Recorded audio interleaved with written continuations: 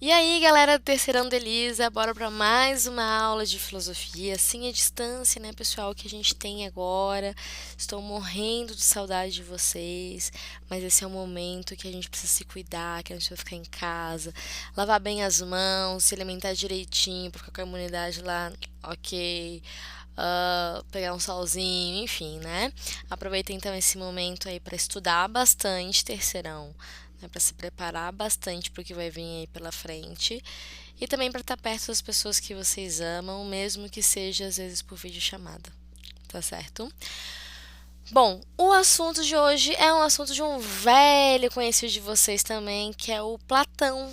Olha que legal. O Platão, que vocês ouviram falar bastante lá no primeiro ano do ensino médio, é o assunto que a gente então conversa agora.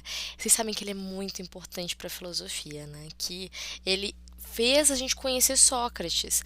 Sócrates não escreveu nada. Tudo que a gente conhece de Sócrates foi escrito ali então, né? Quem trouxe a luz, quem trouxe pra gente foi então Platão. E aí agora a gente fala um pouquinho desse menino. Vamos mudar aqui. Ah, tá bom. Antes de falar do Platão, vamos falar de outros dois meninos que são Parmênides e Heráclito. Vocês já conhecem, já ouviram falar deles também. O Parmênides fala que o ser é, o não ser não é. O Heráclito fala que tudo flui, tudo é um eterno devir, né? Tudo está em constante movimento.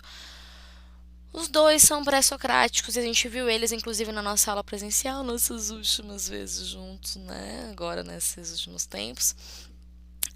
E agora o que a gente tem deles é que o que o Platão vai fazer é nada mais nada menos que a junção das teorias desses dois meninos. O que acontece? O Parmênides vai dizer que tudo, né, é uno, eterno e imutável e que a gente não conhece a verdade por meio dos sentidos, porque os sentidos mostram que as coisas mudam e, ao que tudo indica, ali então né, naquilo que o Parmênides está falando, as coisas elas são eternas e imutáveis.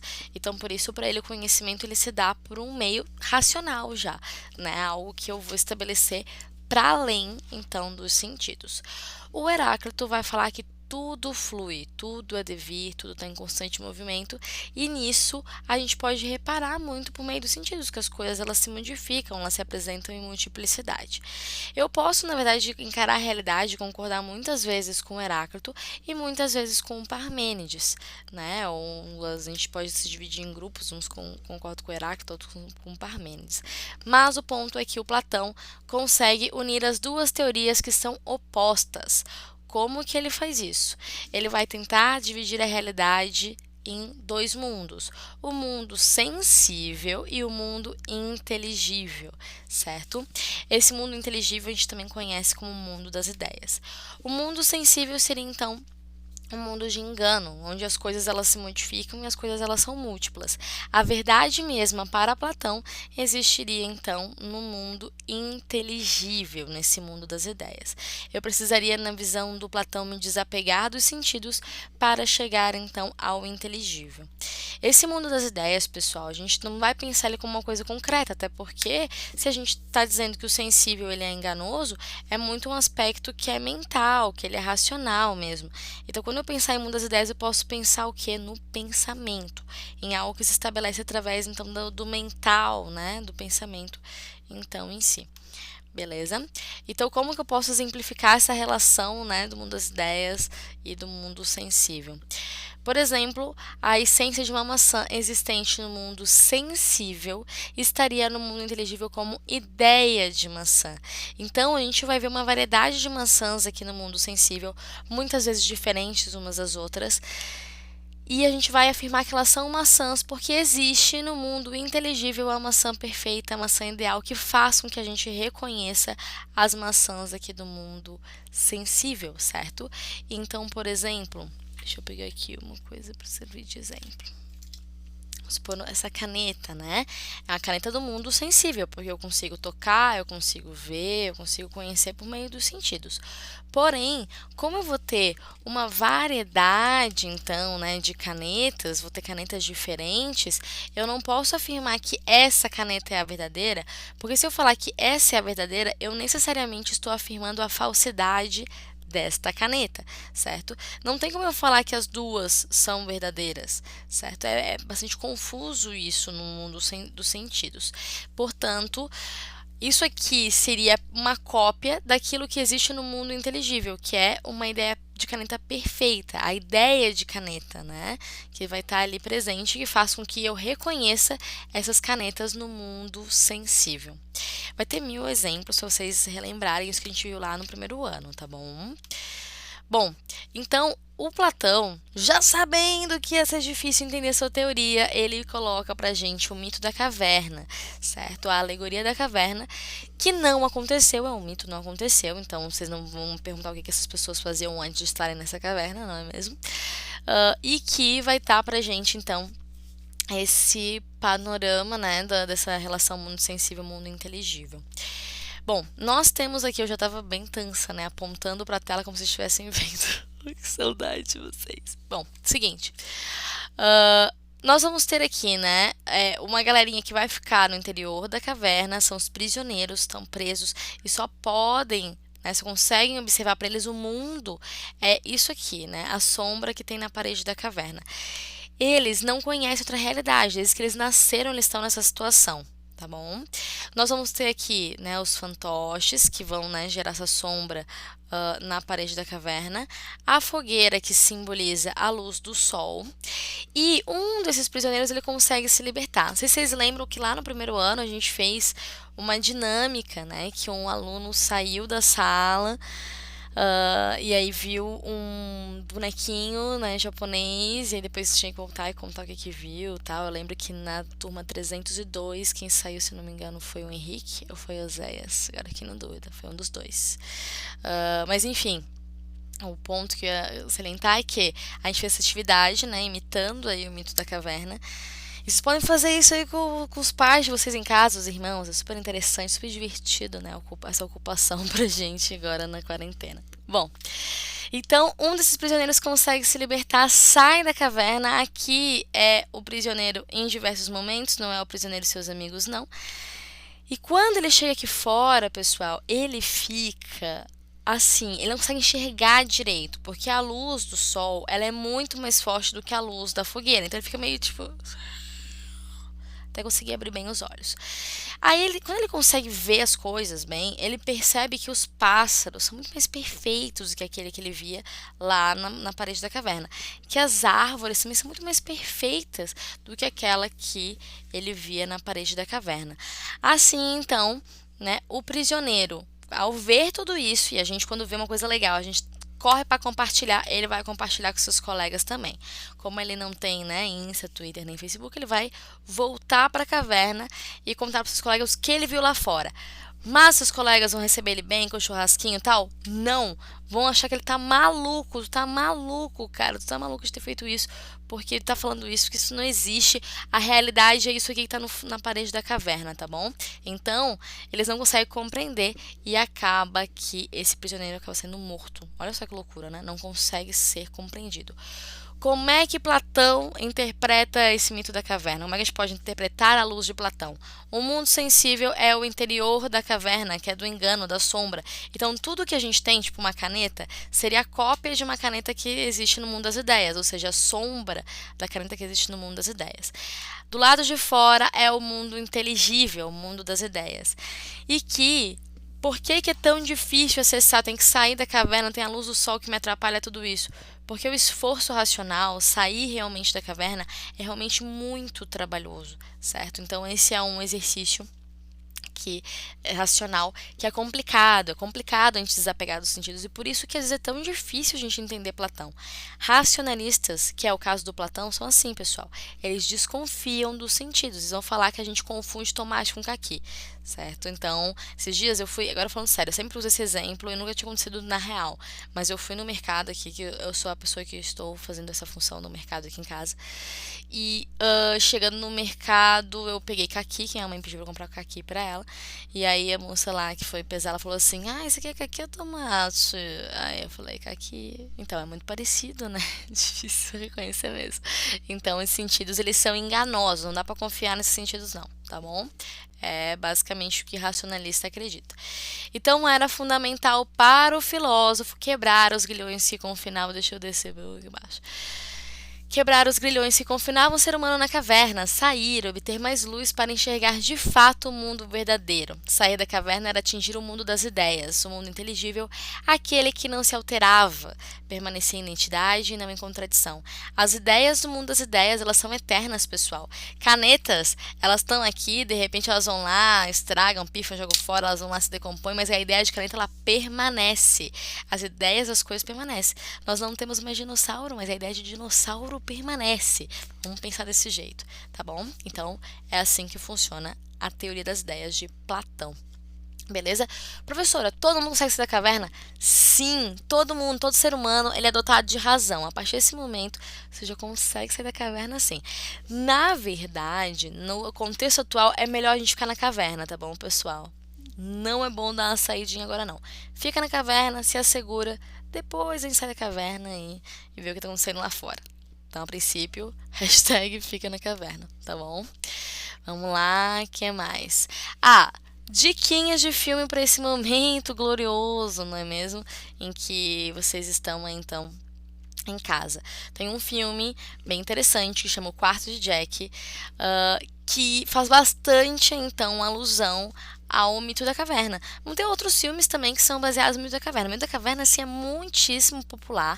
A galera usa real para justificar suas ideias em redação, inclusive, então vocês podem usar a Vontes. Então, né, basicamente isso, pessoal. O Quarto de Jack, uma sugestão de filme. Não sei se é Netflix, confesso que não sei, mas vocês podem encontrar aí facilmente. Um passa pro outro e já tá bom. Tá? Bom, interpretação metafísica desse bagulhete todo aí do Mito da Caverna. Os sentidos, então, eles nos informam a respeito do mundo material, enquanto os pensamentos nos informam do mundo, então, ideal, né? Então, os sentidos, mundo material, coisa enganosa, tarará. Mundo ideal é através, então, do pensamento, da razão que é o acesso. Vamos lembrar mundo das ideias, hein? O caráter cambiante, então, né, essa coisa dessa mudança constante das coisas, vai estar vinculado às sensações, vai estar vinculado à matéria, porque hoje o negócio está assim, outro dia, né, tá de um outro jeito, e assim vai, as coisas vão se modificando.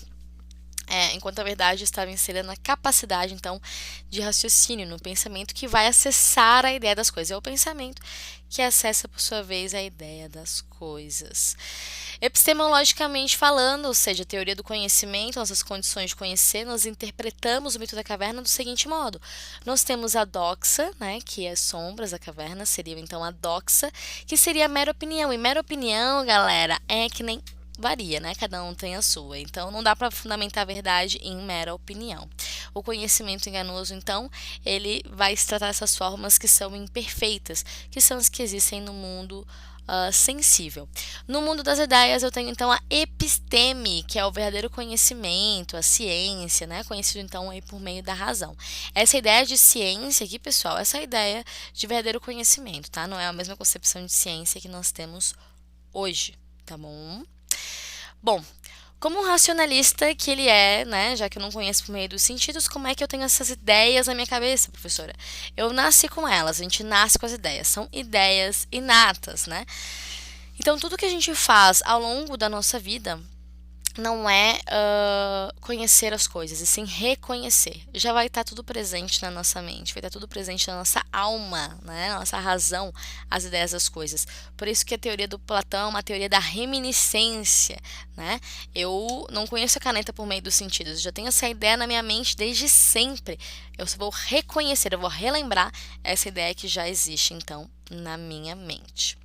A República de Platão, que é onde está presente, né? Onde é que está a República? Deixa eu mostrar aqui pra vocês a República. Opa, virou aí meu tie-dye que eu pintei essa semana. Bom, a República de Platão, esse livrinho aqui, não sei se tá focando. É onde está presente o mito da caverna, onde está presente toda essa teoria. Mas a República é um diálogo que é necessariamente político. Esse nome não está aqui à toa, né, pessoal? Então, ele vai ter vários desdobramentos que vão acabar falando sobre a questão do conhecimento, porque a educação, por exemplo, é algo muito importante, muito caro, então, para o Platão, quando eu vou falar, inclusive, até dos aspectos políticos. Vamos lembrar que tem uma galera que o Platão e o Sócrates não gostam, que são os sofistas, que se baseiam muito num conhecimento aparente, se relacionam com a ideia de educação e de conhecimento, e eles não têm influências políticas. Por isso, a gente não pode deixar de falar desses aspectos do conhecimento aqui dentro do Platão também. Bom, quem que é o personagem principal da República de Platão, que a gente vai ver aqui nos primeiros livros, porque a República ela é dividida em vários livros, né, na verdade. O personagem principal é Sócrates, né? Então a gente vai ter vários momentos aqui do Sócrates falando com seus interlocutores. Aqui falando com Glauco, com Trasímaco e assim vai. Ele vai conversando acerca das coisas. Ou melhor, questionando e sendo bem irônico como ele é, tá bom? Então a gente vai ver esse tipo de postura então do Sócrates pra gente. Nós vamos ter uns textos, né, que caiu ano passado no vestibular da UFSC, que é referente ao livro 1 e o livro 2 da República. E aí eu vou salientar um pouquinho sobre esse assunto, que é um assunto novo para vocês, né? Um assunto que em alguns aspectos já tiveram no primeiro ano, em outros já tiveram no segundo, mas vocês têm agora como uma novidade no terceiro. Bom, no livro 1 e no livro 2 da República, o Platão vai falar, ou melhor, do Sócrates, né, porque ele está escrevendo o que o Sócrates está falando, sobre os bens e os males da velhice. Falando em velhice, mantenham seus avós em casa. É muito importante que eles fiquem em casa nesse momento aí, quarentena, tá bom? Nada de ir pra rua jogar dominó, galera. Bom, o que acontece? Nós vamos ter aí essa questão dos bens e dos males da velhice. O Platão está conversando com um cara, com um estrangeiro em Atenas, que já está bem velhinho, mais velho que... Não, Platão, mentira. O Sócrates, que já está mais velho que Sócrates, inclusive, mas que tá um velho, assim, ó, muito bem apessoado. Ele tá muito bem, né? Não tá passando sacrifício nenhum.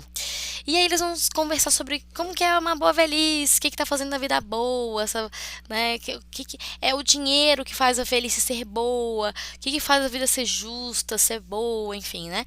E aí nessa conversa toda, assim, né, desses dois velhos aí na sacada de casa, na varanda de casa, eles acabam, então, se questionando sobre a justiça. Do nada, né? Porque eu estou falando da vida boa, vida justa e justiça. O que é esse diacho dessa justiça? E aí, eles vão colocar, então, a justiça como a finalidade da vida, né? Eu vou ter uma vida boa, uma vida justa, e eu preciso entender o que é a justiça. Então, a questão... O que é a justiça é o que norteia o livro 1 e o livro 2, praticamente, então, da República de Platão, que caiu ano passado no vestibular da UFSC.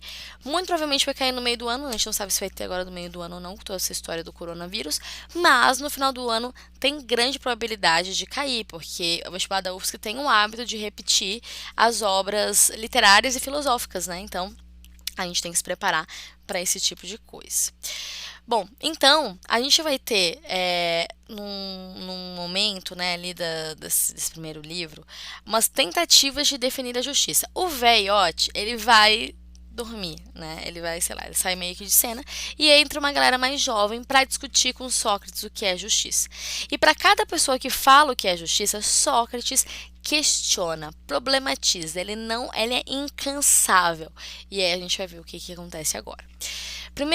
O primeiro a falar diz o seguinte: justiça é dar a cada um o que lhe pertence, o que lhe é devido. O Sócrates ouve isso e fala assim: ah, legal.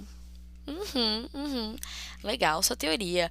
Mas vamos pensar o seguinte: vai que uma pessoa ela me empresta uma arma. Olha só, né? Exemplo, mas enfim, empresta uma arma. Porque essa pessoa me emprestou uma arma, não sei, tá, pessoal? Mas enfim, a pessoa me empresta uma arma. Aí essa pessoa tem um dia que ela tá desequilibradaça, brava, putaça com alguma coisa da vida. E aí ela pede de volta a arma. A arma é dela. É justo, será, eu devolver? Porque talvez essa pessoa pode fazer um mau uso da sua arma. Pode colocar a vida dela e a vida de outra pessoa em risco também. Então, talvez, justiça não é dar a cada um o que lhe é devido. Né? Isso é muito complexo. E aí ele já questiona essa primeira argumentação.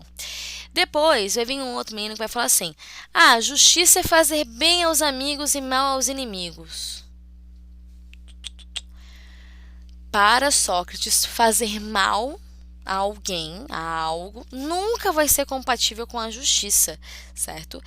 Inclusive, para Sócrates, é preferível sofrer uma injustiça do que cometê-la. Então, portanto, eu não posso fazer mal aos meus inimigos. É aquela velha frase do Seu Madruga, né, pessoal? As pessoas boas devem amar seus inimigos. Guardem isso. Aí vem outro menino e diz o seguinte: a justiça é a conveniência do mais forte.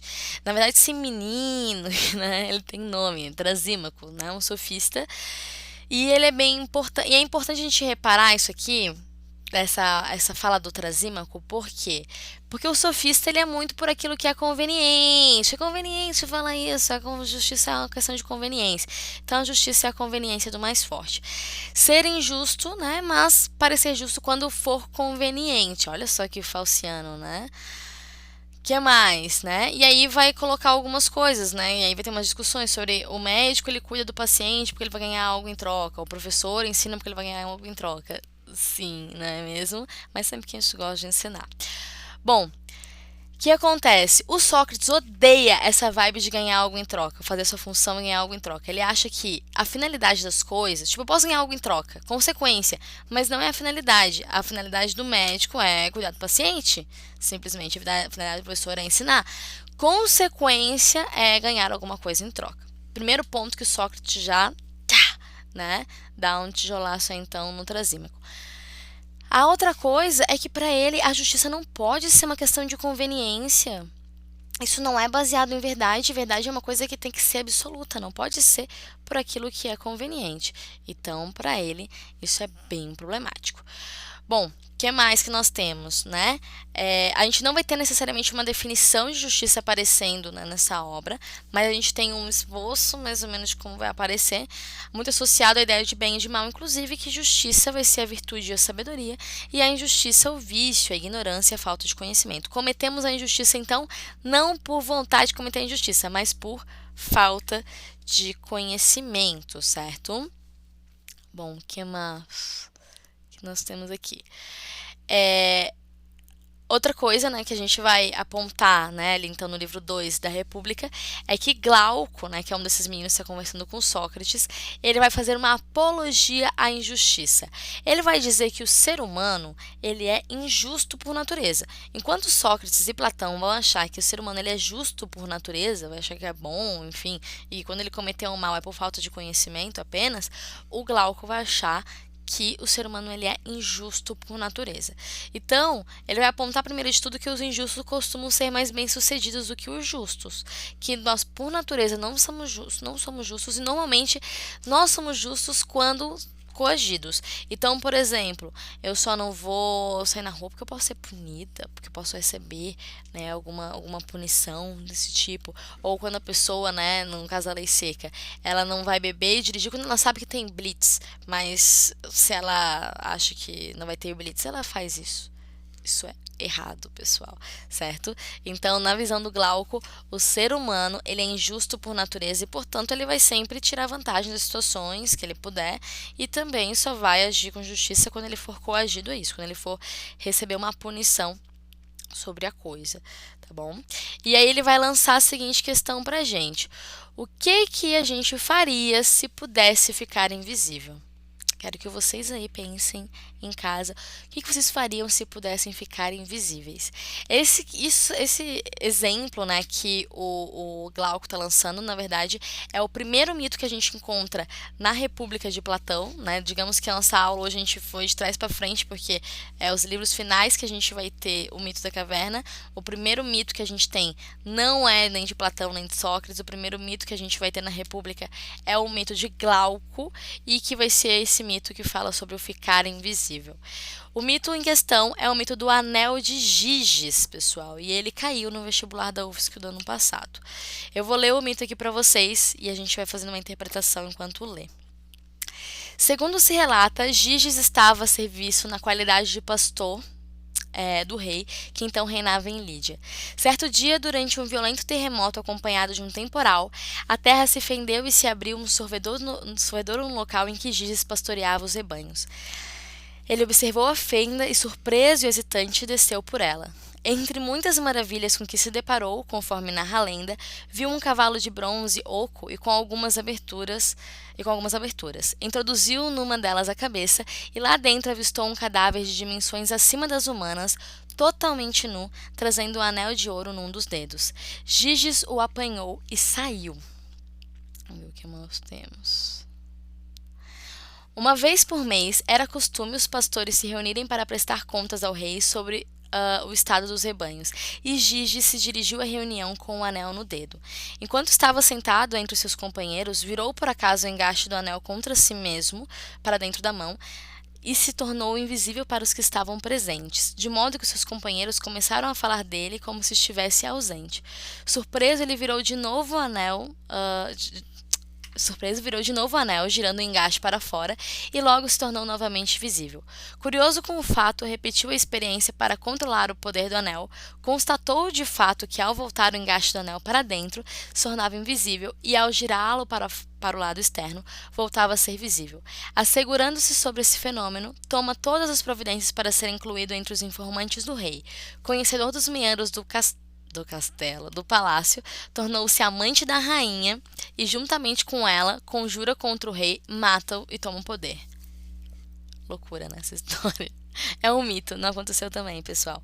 Bom, o que o Glauco quer nos dizer com esse mito aqui, então, de Giges? Ele está querendo dizer que sempre que tiver oportunidade, as pessoas vão cometer a injustiça. E ficar invisível ali para Giges foi a oportunidade, né? Ele foi lá, roubou a esposa, né, do rei e ainda por cima tomou o poder. Então, assim, tudo isso com esse poder, então, de ficar invisível. Ele já começou roubando o anel do gigante, né? Então, já temos aí um problema moral a partir disso. Então, de fato, todos cometem injustiça quando julgam que possam cometê-la. Todo homem pensa que a injustiça ele é muito mais útil do que a justiça, na visão de Glauco e não de Sócrates. Quem tivesse semelhante poder e não quisesse ser injusto, nem sequer tocar nos bens alheios, seria considerado por quantos o soubessem o mais infeliz e insensato dentro, então, dos homens, né? Muito embora fosse louvado publicamente, enganando-se reciprocamente pelo que temos de serem eles vítimas de possíveis danos. O que o Glauco está querendo dizer pra gente? Que todo mundo vai ser injusto. E quando a gente vê alguém fazendo uma justiça, uma coisa boa, a gente fala, que legal, né? Ah, achou uma carteira, devolveu a carteira com dinheiro dentro. Uhul, que legal. Mas por dentro a pessoa tá tipo assim, ó. Nossa, que trouxa, por que não pegou dinheiro pra si e tal? Então, essa é a visão do Glauco, tá, pessoal? Basicamente isso. Bom, nós já estamos com uma aula bastante grande. Então, a partir daqui, da polis ideal de Platão, eu continuo na nossa próxima aula, que vai para a nossa próxima semana, certo? Por enquanto, vocês, então, observem que a gente teve da aula até agora. Vão fazendo resenhas, vão fazendo resumos e a gente continua e eu passo exercício para vocês na próxima aula. Grande beijo e até a próxima!